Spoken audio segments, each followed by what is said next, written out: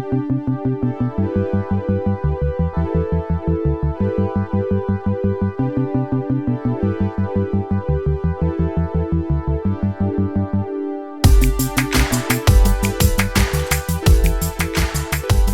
guys, how we doing? Charlie, Connor, Ben.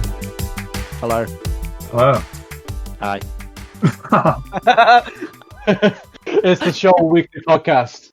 We are talking about Crazy Rich Asians this week. Just before we get started, though, if you're joining us from our socials, thanks for the support. Please do go and check out our YouTube channel. If you're following along on our socials this week, then you will know that we are talking about Crazy Rich Asians. But before we get into that, it's been a hell of a week for news in film. There's been a lot of casting. We had the Oscars as well. They released some of the award categories and sort of the short lists. Yeah, the short lists for them. Yeah. I've got those. Yeah. So today is Valentine's Day, and we thought we'd look at a romantic film. So Crazy Rich Asians is on the table to look at today, directed by John M. Chu. Before we get started with that, though, what else have we been watching this week? Ben, what have you been watching? Probably The Witches thing. The Discovery of Witches. Yeah, I actually haven't watched any of that this week. Oh man, who let us down? And that's because I've not watched anything this week. I've had a very quiet couple of weeks. But don't worry, I will rectify that for next week and come out with an absolute banger. Now that you've got Letterboxd, Yeah, I was just going to say. tell everyone about your Letterboxd. Currently just going through adding all the films that I've watched. Avatar was obviously number one on that list, straight to the top. Do you not want to plug the name in case you just want to get a load of followers? I mean, not. A load of followers. That's saying that loads of people listen to this podcast. Oh yeah, 500 people last week. Did you not look at the thing? That's right. You can find my Letterboxd name on our socials soon enough. Does that mean I've got something to do after this podcast? Please be gentle. Please be gentle. I don't think I could take too much more abuse. I've watched quite a few films this last week. I watched obviously Crazy Rich Asians for this. I watched Foxcatcher and the documentary on Netflix about the true case of the whole Foxcatcher thing. I've never heard of that, so do you want to Oh, yeah, it was like Steve Carell was nominated for best lead in it, and it's the true. It was like I want to say 2015 or thereabouts, and it was a true case of this member of a really rich family in America, and he decided to make like a wrestling team out of nowhere. Like he just started poaching like wrestlers and getting them to come work for him and stuff. But there's like more sinister stuff going on than that. It's like a sort of slow burn drama. But then there's the documentary on Netflix about it, which is really good as well. But I think the standout film I watched last week was Sound of Metal, and which is like absolutely Which is incredible. not a reboot of The Sound of Music with heavy metal. No, that's what I went in expecting, sadly. But no, it was still really good. It was Riz Ahmed leader, and without he doesn't really give anything away because this is the whole premise of it. But he's a drummer in a metal band, and at the start of the film he realizes he's losing his hearing, and he's like almost lost it completely, and he goes to the doctor to see what he can do about it. And the whole film's just about, does he try and cling on to this old life, or does he accept that he's probably not going to have any hearing from now on? Like, what's he going to do about it? So there is light-hearted moments in it. It's quite heavy, but it's like absolutely stunning performance, and the sound design is like incredible as well. So that's my plug. I want to plug that film. It's like, what's that film with Lady Gaga in? A Star Is Born. Yeah, because he starts to lose his hearing and that, doesn't he? Or get tinnitus. Right, okay, I've not seen that. So yeah, there you go. Yeah, it'll be a bit similar to that then. I'll plug A Star Is Born because I've not watched anything else. But that is an absolutely insane film. I really like that one. Very emotional. We were actually going to watch A Star Is Born this week. We were going to choose that as a film. However, we thought, the last 2 weeks we've watched two pretty serious sci-fis, and A Star Is Born whilst it is a very romantic film, it's not the most uplifting one. So we chose Crazy Rich Asians instead. I'm kind of glad that we did. Yeah, spoilers, by the way, just in case you were. What about you, Charlie? So I watched a film called Joan Didion, The Centre Will Not Hold, and when I watched it, I wanted to talk about that. But then I also watched Almost Famous, which immediately got a 5 stars from me. So I think Okay. I Wow. best talk about the 5-star Yeah, one. go on. Let's hear about that. I'm intrigued. But just before I do, the Joan Didion one, she's a writer from like the late 60s who wrote about the end of the 60s and the counterculture dying. And if you've not read the White Album by her, then go and read it because it's really good. But then Almost Famous is about a young journalist who puts in to write at the Rolling Stone and gets it like accepted to go on tour with a band from that era. They're a fictional band, but they're based on loads of American bands in the early 70s. Right. But the guy who directed it and wrote it actually did that in real life, so it's just really good. It's very me film. It's like there's loads of late 60s, early 70s music in it and loads of hippies and stuff like that. So it was just a very me film.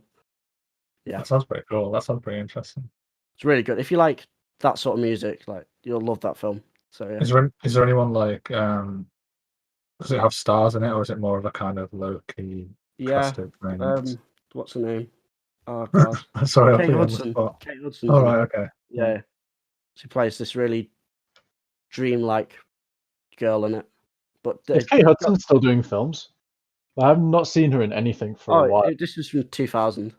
Yeah, I was going to say, Yeah. during her sort of breakout years.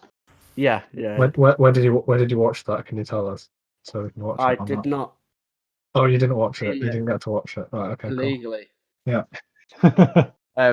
But yeah, it got criticised for her being like a manic pixie dream girl, but I mean, that's my vibe, isn't it? So Excellent. That's Yeah. going on your new Shoal bio. it's just my vibe, isn't it? I'm a dream pixie girl. That's just my vibe. Yeah. What about you, Joe? What did you watch? Well, I mean, if you're not aware, wherever you're listening from, the UK is currently in lockdown, and I'm staying with my girlfriend. So it means I don't get to watch a lot of horror. Right. Okay. However, this week I did get a chance. I had headphones on, TV sort of turned away, and I decided to watch Hellraiser, which is a very classic 80s film. I'm working on something for Shoal to do with horror, and I just wanted to see if it would fit the kind of theme that I was going for. It's a great British horror. It's weird because it's dubbed over with American accents, because at the time, with American slasher films doing so well in the 80s, Friday the 13th and Nightmare on Elm Street, Halloween, it was so strange for a horror slasher to sort of be set in Britain. And so some of the characters are very English, and then some of the characters have this really awful American dub. However, it's quite a charming film, not story wise, but I mean, like the special effects, they're very charming and very appropriate for the age. There's this amazing scene where this is not really a spoiler, but this person comes back to life, and it's incredibly gory because they get rebuilt bit by bit, and you see their skeleton come back together, and you see all of their muscles attaching back onto their skeleton. It's great. It's fantastic. Ben's not having a good time. Is this was it Wes Craven? Hellraiser, or is it? No, it was quite an obscure. He was an author first, I think. Oh, was it Clive Barker that directed it as well? There we go. Yeah, Clive Barker. So he's more of an author than a director, and he wrote a novella, which turned into the film. But yeah, no, the practical effects are fantastic. Like I said, that person coming back to life, it was all practical. It was all reverse shots and makeup, and it's a great flick, and it's made me want to watch all of the 8 sequels that followed it. But I don't know if they'll get better. That's a commitment, isn't it? It's a commitment. Wow. But no, a great film, and it's rare that these days I get to watch a horror. So it was a welcome change for me, I think, because I've just been watching a lot of family friendly stuff and sci-fi and stuff for the podcast. And I also watched Dodgeball as well, complete other end of the spectrum to Hellraiser. Nice. Dodgeball is a great film. Caught that last night. I just didn't know what to watch, and it was just there. Not on any streaming platform. Sorry. Yeah, great film. But that's about it, really. That's all I watched. Should we move on to the ratings? Yeah, go on. Right. Let's go with Horse Girl, 3 stars. Who rated that? I've never even heard of Horse Girl. Neither have I, so I'm going to say. Neither it's have Connor. I, so I think it's Oh, Chaz. Fuck's sake. It's got It's like a domino effect there, wasn't it? yeah. It's got the girl out of Community in it, Alison Brie. It's really good. It's quite good. Is that the reason you watched it, Charlie? Is that the only reason you watched it? No. Who rated Hamilton 3.5? That would be me. Yeah, I think it'll be Joe because he's like the most interested in it than those guys. Yeah, I've not made these very hard, have I? Bird Box 3.5. I hated that film. It's gonna be me, isn't it? Let's say Connor. Yeah, Okay, it was me. I was pretty generous. I thought it was there were bits in it that were kind of grating and cheesy, but like I thought the concept was good and there were some pretty cool moments in it. I've still not seen it, so. But Redcliffe 4 stars. Never heard of it. I've never heard of it. I've never heard of it. It's a great film. It's a great film. Great film. It's a. Oh, when did it come out? Let me have a look when it came out quickly. It's a Chinese or it's an Asian film. I don't know who actually made it originally, but it came out in 2008, and it's 4 hours and 48 minutes long. Nice. And it is. That's a bit much, isn't it? It's. I had it on Blu-ray originally, and it's a 2-discer, and it is. It's just it's just one long war film, basically covering the south of China, like rebelled against the Han Dynasty. It's quite like a famous period of Chinese history. I think it's epic. It's a bit of an epic. Lots of sword fighting. Give it a go. Cool. That sounds pretty cool. If you've got 5 hours spare. Well, it's been a pretty mad week for film news. A lot of big casting decisions and stuff like that. The first thing I want to talk about is the big elephant in the room, which is to do with the Mandalorian. Gina Carano, who plays the rebel drop shock trooper Cara Dune, she's been fired from the show. She was warned a few months ago for some rather. She was warned for some transphobic kind of thing, and that too, yeah. She could have kind of. Maybe it was a bit of ignorance at the time, but then surely once you get warned, you should have a bit more self-awareness after that, shouldn't you, really? And she was ultimately fired a few days ago for sharing a story on her Instagram comparing her effort as a Republican and Republicans around her to the Holocaust, essentially, how the Republicans are being criticized like Jewish people were. And it just, not okay at all. No. But I mean, I for one am not too bothered about her leaving the show. I don't think the character brought much to the show. Yeah, really. they're really going to struggle to recast that. Yeah, all those plot lines that just are never involved. She really delivered the one-liners. Excellent. Oh yeah. There'll just be a card at the start of the next season that says like she died on the way back to her home planet. That's it. That's it. Jar Jar Binks like knocked her out of the sky in his spaceship.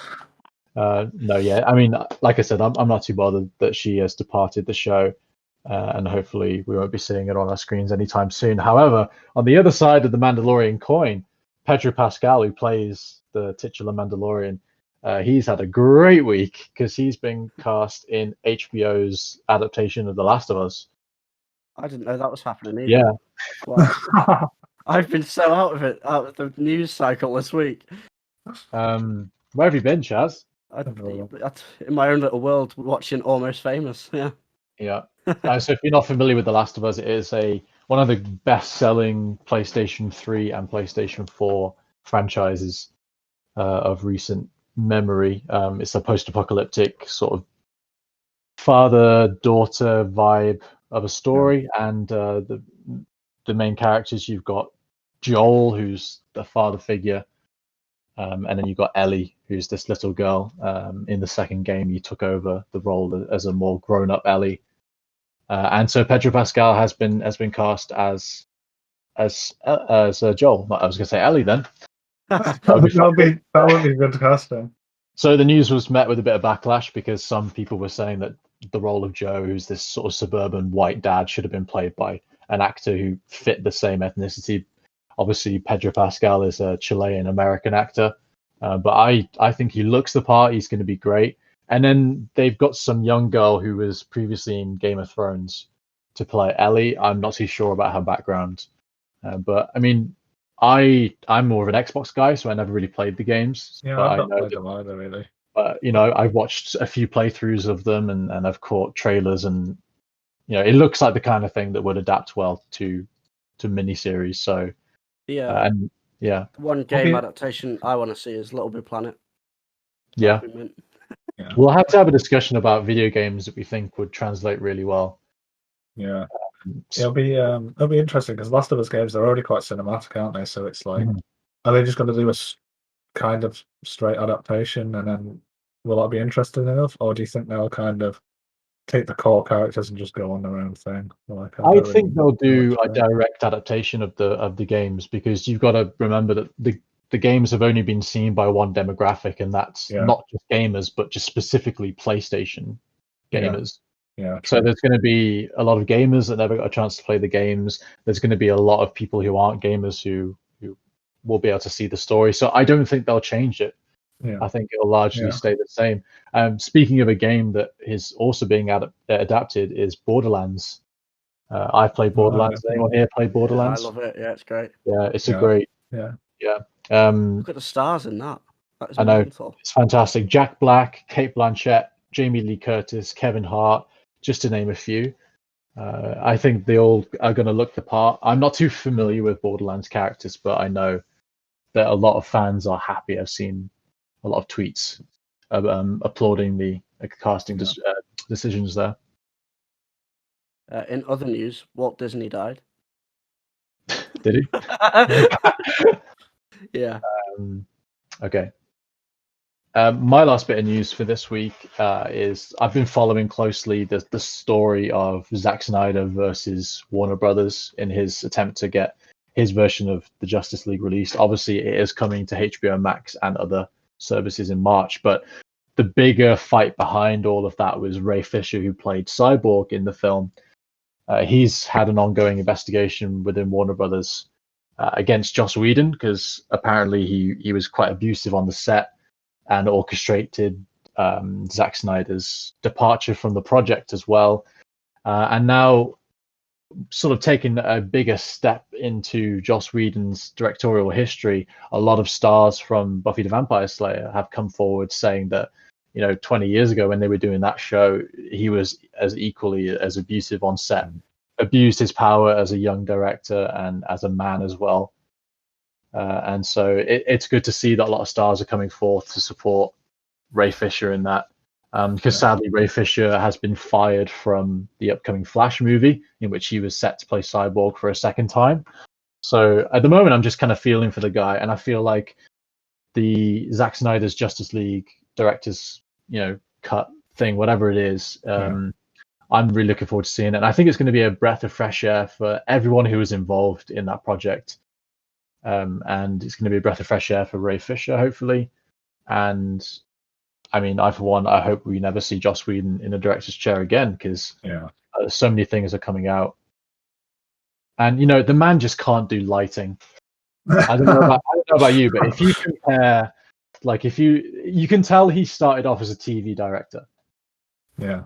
Because all of his films look like TV. If you compare Avengers Infinity War and Endgame by the Russo brothers, and you compare the cinematography in that to the cinematography in the first Avengers film, I mean, first of all, the first Avengers film is an open matte film. It's 185 by 1. And the lighting is so flat. It just looks like a TV movie. Yeah. I never really realised that was probably kind of a problem I had with it when it came out. When there's something about a film that you don't like and you can't put your finger on it. Yeah, absolutely. It's just really flat, isn't it? Yeah, I mean, I think he was pulled up on that because the second film that he did for them, he did Age of Ultron as well. That went back to a more traditional CinemaScope 235 by 1 aspect ratio, and the cinematography was largely fixed. But yeah, that first Avengers film, I struggle to go back and watch it because of his artistic. Well, it's not even artistic, is it? It's for a huge Hollywood movie. It looks like the Inhumans TV series that was it looked terrible. And you could see the same thing happening in the Justice League. How stunning. Whether you liked it or not, Man of Steel, Batman versus Superman, whether you liked the story or not, those films were gorgeous. Yeah. They were so nice. He knows how to do visuals, doesn't he, Snyder? Yeah. And then Justice League came out, and it looked like Avengers TV movie, and I could talk about that for days. Really, the costumes in the first Avengers really remind me of that really old Batman series.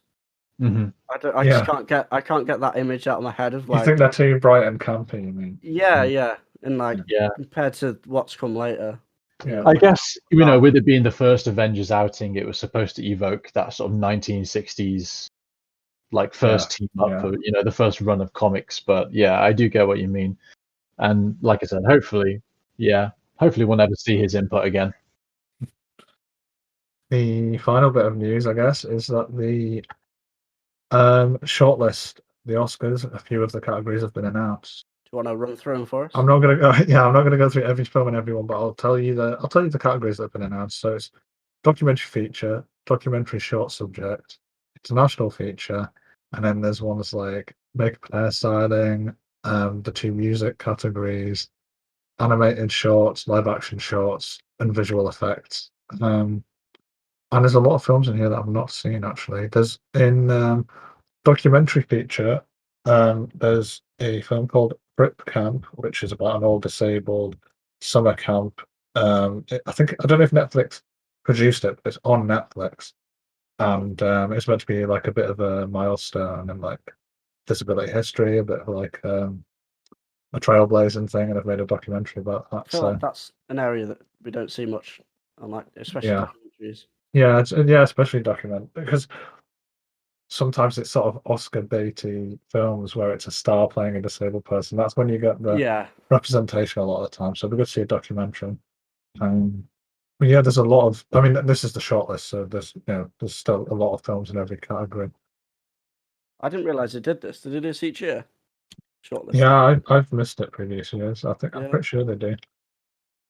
So yeah, that's just on the Oscars website, and I'm sure loads of entertainment people have put that out if you want to read through the whole list. So right, I think it's about time we talk about the film of the week, isn't it?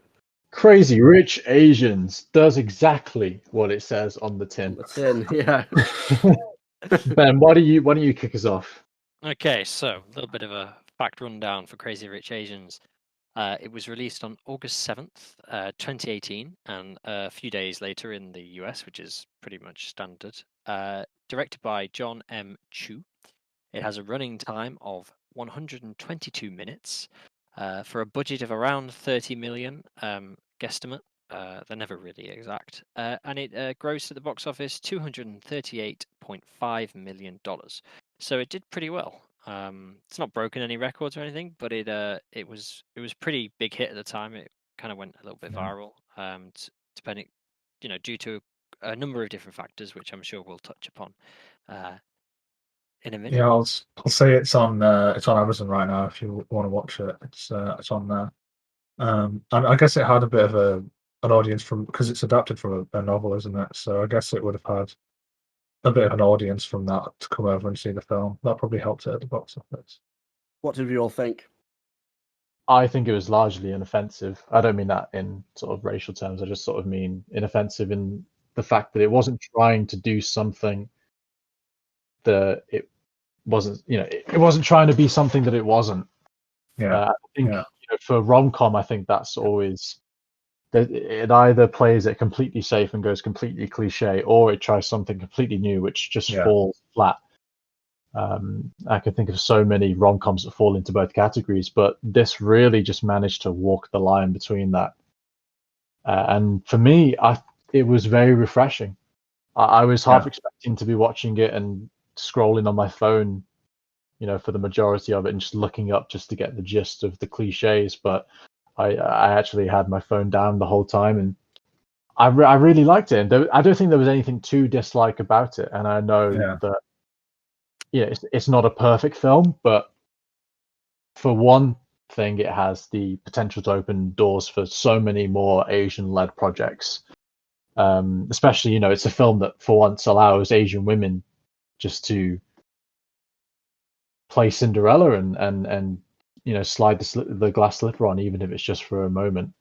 And I think it was great for that. And then on the other hand as well, it was just refreshing, and like I said, Crazy Rich Asians, it did what it said on the tin, really. Do you think you were more maybe immersed is not the right word, but do you think you were more immersed in the film than you thought you would be because it was a new sort of world that you were being plonked in? Like it was obviously incredibly rich people, and it was like Southeast Asian and Asian American culture. Do you think that helped you be more interested in it than you thought you'd be? Yeah, it's an interesting one because, with a film like this, me being a white British spectator, there was a lot of risk for me to be alienated in a film like this. But I never once felt alienated at all, because I think a film like this, it can go one of two ways. If it's a film about a different culture, it can either be completely alienating, or it can rely on such an obscene amount of exposition, which completely takes you out of that kind of film experience. And again, like I said before, it really manages to walk that fine line between those two things. I know we had a small conversation about it yesterday. We just had a bit of a catch up, and we mentioned that they don't explain the rules of mahjong. Yeah, it's good. Yeah, they just play it, and there are obviously cultural terms for one's grandmother or one's mother or one's children. They don't explain those terms; they just say them. Yeah. And I for one really applaud the script's lack of exposition. It was just, here's a guy and a girl, and you're going to learn some things along the way. You're not going to know everything about this culture. We're not going to explain it to you because we don't have to. Just come along for the ride. It's a really good ride, and I was very happy. I was satisfied. I think satisfied is probably a good way to put it. Yeah, you're right. It didn't really offend. It just kind of stuck loosely to your traditional kind of rom-com script. There was some funny bits. There's some funny characters. There's the guy from The Hangover who basically plays the same character, but just Ken Jeong. in a father figure, which is just quite funny to see actually. And definitely puts the crazy in the Crazy Rich Asians. But yeah, it's quite an interesting film actually. Behind the scenes a little bit. It's quite a nice project. I found out that actually all of the jewelry in the film, and by the way, given that it's called Rich Asians, there's a lot of jewelry in this film. It's all real, and the director insisted that it all be real. So a lot of them are borrowed from private collections, and yeah, it's quite an interesting. You can kind of look at it and think, oh yeah, that's kind of cool. Like that exists, which is quite nice. The production design was really good. I would say that. Like, I like it even more now I've heard that. Like, I like a lot of things like that people just choose to make the films in a certain way. But like, the costumes and the sets and the 'cause there were quite a lot of locations as well. I think it was really interesting in that way as well. So I was going to say the costumes as well. Another really interesting factor I like about it. For the wedding, which is quite a main scene in the film. All of the extras were actually from a local history society, and they were asked to wear their vintage clothes, but their own vintage clothes, just to give it that kind of local flavor. So it's all authentic clothes and stuff, which is it's quite a nice detail to add in. Charlie, what did you think about the film? I think when you said it's inoffensive, I think you've nailed it for me. It's just I definitely wouldn't have watched that film if it wasn't for the casting. Like I just wouldn't have bothered. Like this, for me, the story's it's really boring.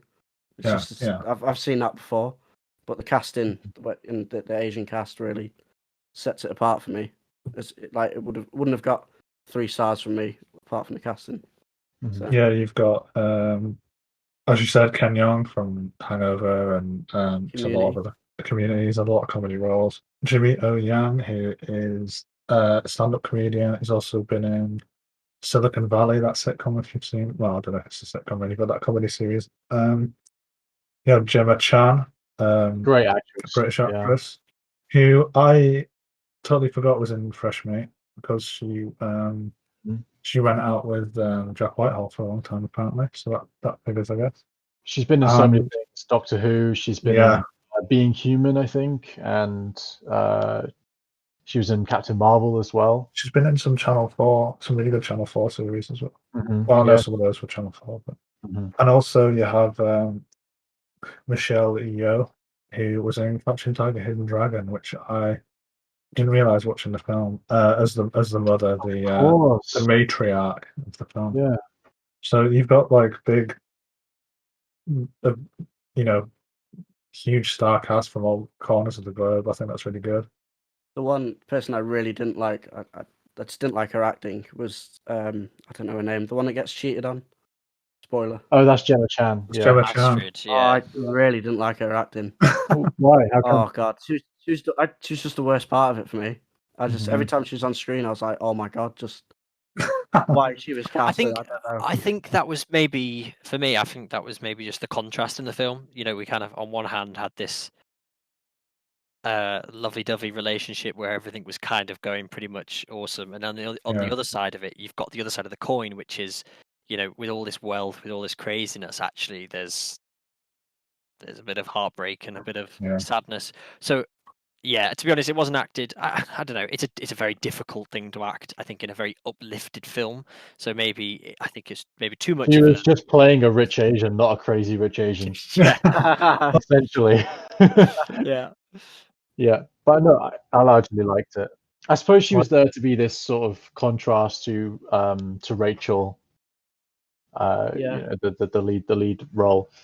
And it was, I do kind of agree with you. For me, it was largely refreshing to see Gemma Chan's scenes as Astrid. It was a nice breakaway from the sort of, because you know, you definitely, as watching the film, you definitely are put in Rachel's shoes. You know, you are as equally overwhelmed as she is to be learning about all this, you know, this culture and all the rich families and all these names that you have to keep up with. All these new locations. It's overwhelming, and for me, I think to switch to those more familiar dramatic scenes between Astrid and her husband was a little bit refreshing. But I can see your point. You know, the performance was a little bit stiff, and it could have been more. One thing I wasn't a fan of was the sort of mid-credit scene of Gemma Chan's character just like locking eyes with some guy at the party at the end, as if like, don't worry, she's going to be in another relationship. She can't be on her own. Like, you know, it was just a bit, and it also like because I think my problem with it more was that because it was placed as like a mid-credit scene, it made it seem like it was some really important pivotal scene, and it was just like that just kind of wasn't needed. Do you know what I mean? The crazy rich Asian cinematic universe. You got to stay. I feel like that was just the epitome of it wasn't trying to offend anyone. So rather than leave this kind of semi-main character on her own, you know, turning into a spinster with a child, it's like, actually, you know what? She's got a chance. Don't worry about it, guys. She'll be okay. That's exactly what it was. That's just what I was just a bit like, that wasn't needed, really. One thing I forgot about the casting as well was, I can never say her name correctly, but Awkwafina. Yeah, she was great as the sort of Rachel's college friend. The buddy, the funny buddy role. She was great. She was good.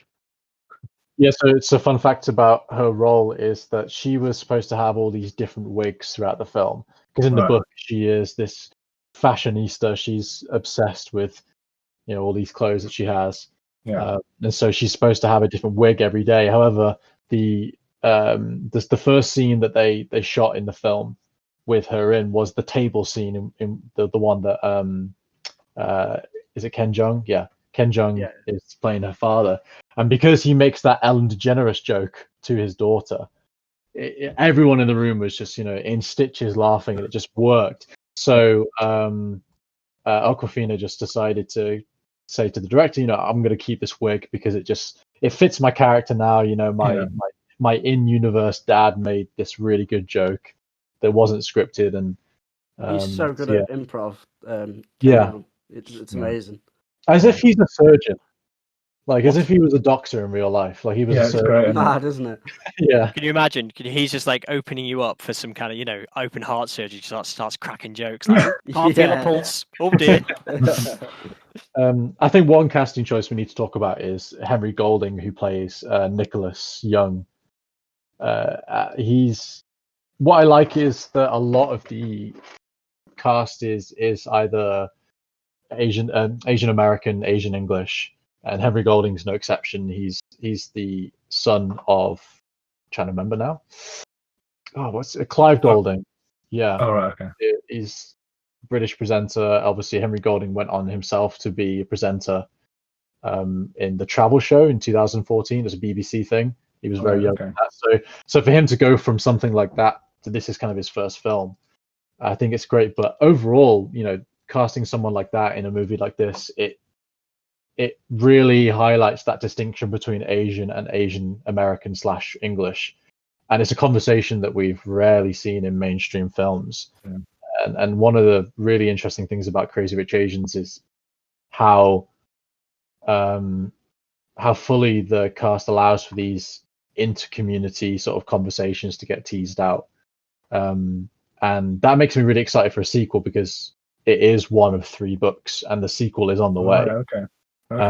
And I think that the adaptation of the novel and the combination of the casting as well, yes, it's built on a largely derivative like rom-com story, but the film has a lot of real world points to make about the distinction between Asian and Western Asian cultures. And contrary to how we were talking about Avatar last week, in the sense that, how do you put political issues into a film without causing others or without making it seem too derivative or too shoehorned in? I think Crazy Rich Asians did a really good job of that by, it has these real world points to talk about that, there's a lot of divide and segregation between Chinese nationals and Chinese people who are 2nd, 3rd generation born in Western countries. But it doesn't feel too shoehorned in. It's just there and it's commented upon rather casually. It's not done through exposition, and I think that makes it seem like this discussion is just about to get started. And with a sequel in the works, I think that discussion is only going to keep getting more developed and more nuanced. Do you know if the subsequent novels follow the same characters, like the exact same characters?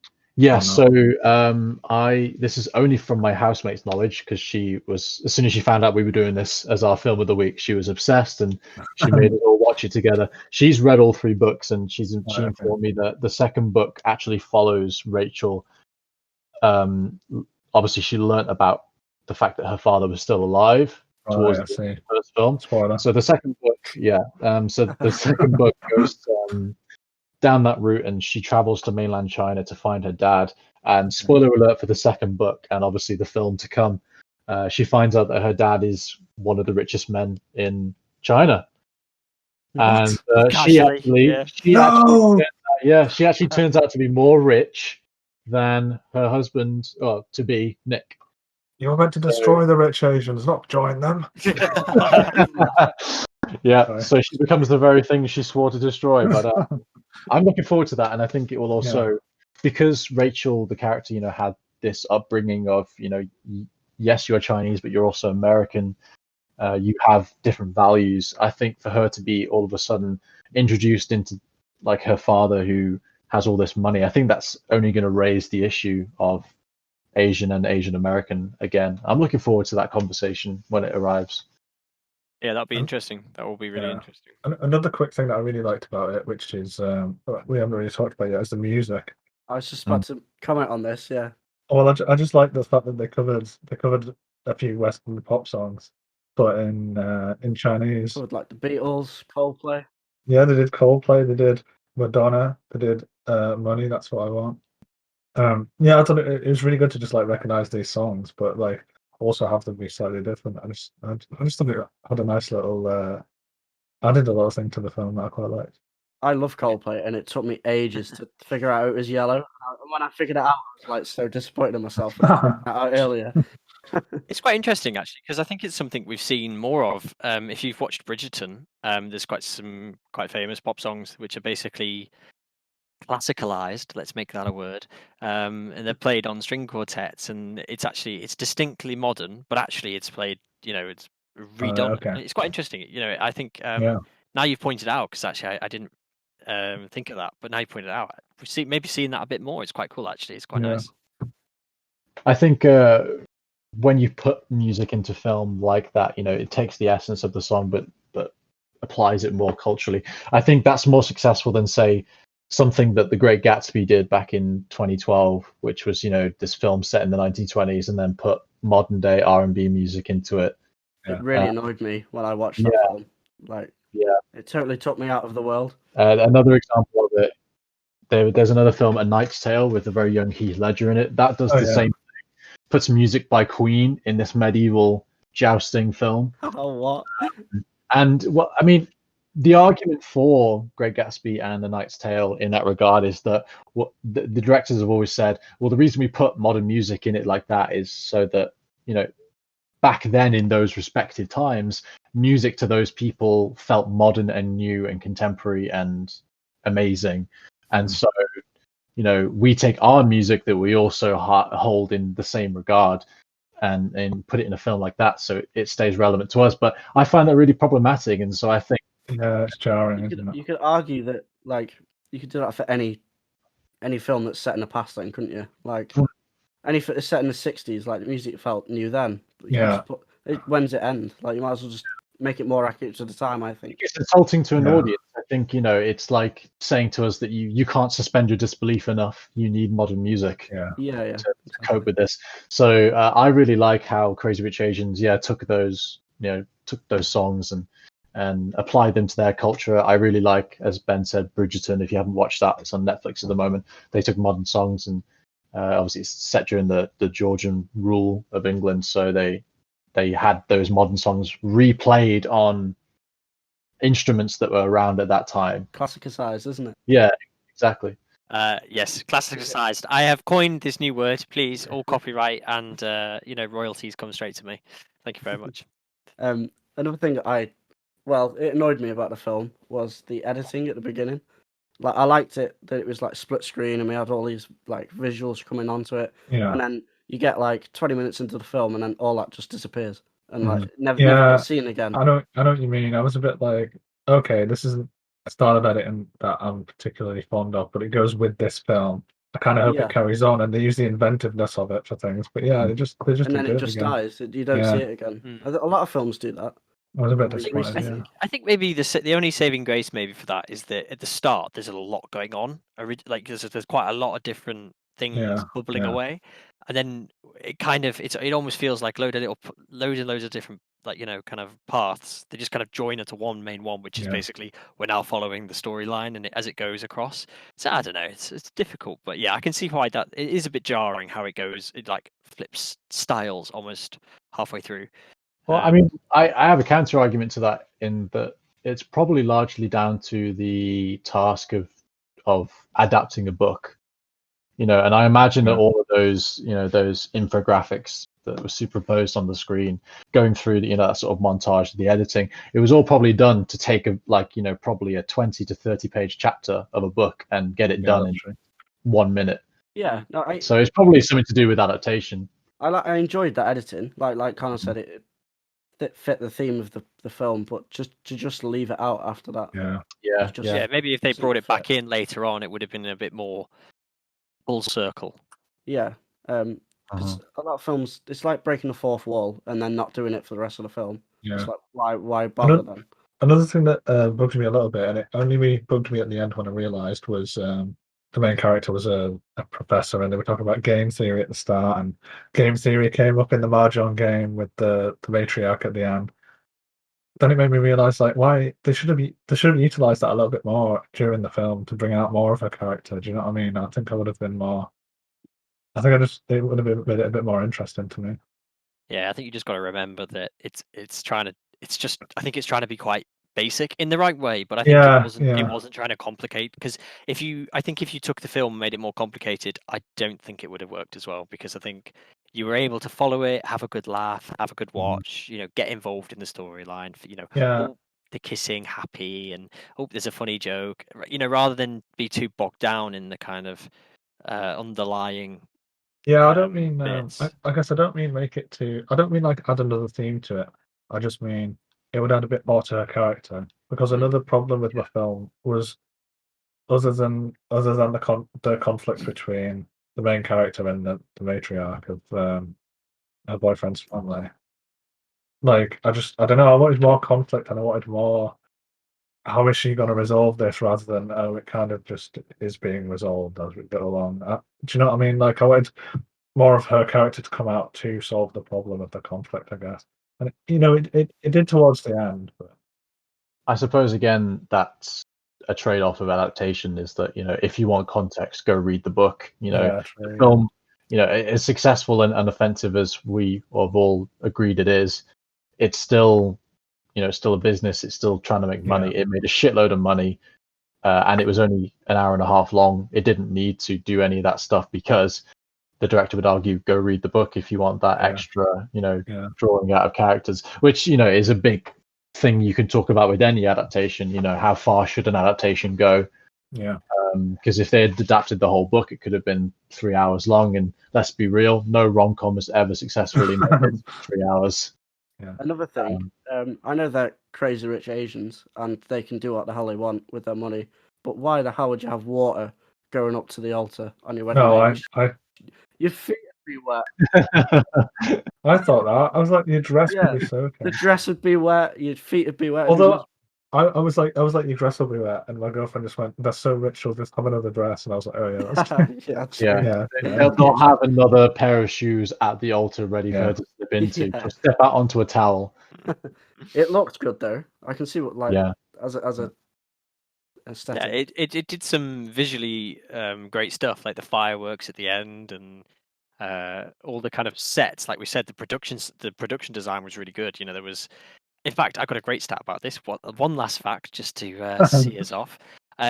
So there's a fake tiger in the film, and it features quite prominently in kind of the background on one of the scenes. And it turns out fake tigers are actually really hard to get hold of, and the only one that they could have used was one that was in a London museum. And basically the props director or whoever it was, essentially realized that it would be a bit of a pain to get that through customs. So what they decided to do was to make a fake one with felt and threading and sew it. And so basically they made a tiger. It turns out they made it so well that one had trouble getting into the country because it got stuck in customs because all the guards thought it was a real tiger and they were smuggling tigers around. These crazy rich Asians, man. I'll tell you one thing though, if I could have anyone to organize my bachelor party, that shirtless cousin can do my party anytime. That looked great. Carnage, wasn't it? Right, guys. Well, we should let everyone get on with their Valentine's Day, but it's been great to talk about Crazy Rich Asians. We will be back week after next on our regular day. We're going to be looking at something quite different next time. I know, Charlie, you've picked this one. Yeah, it's called This Is Not a Film by Jafar Bahani from 2011. And It's a documentary, isn't it? Yeah, well, sort of. It's the ones that it sort of blurs the line between documentary and fiction. That sounds great. Well, thanks, guys. It's been a pleasure to talk about Crazy Rich Asians. I hope you enjoy the rest of Valentine's Day. And I will see you guys next week. Thanks for listening. Bye. Goodbye.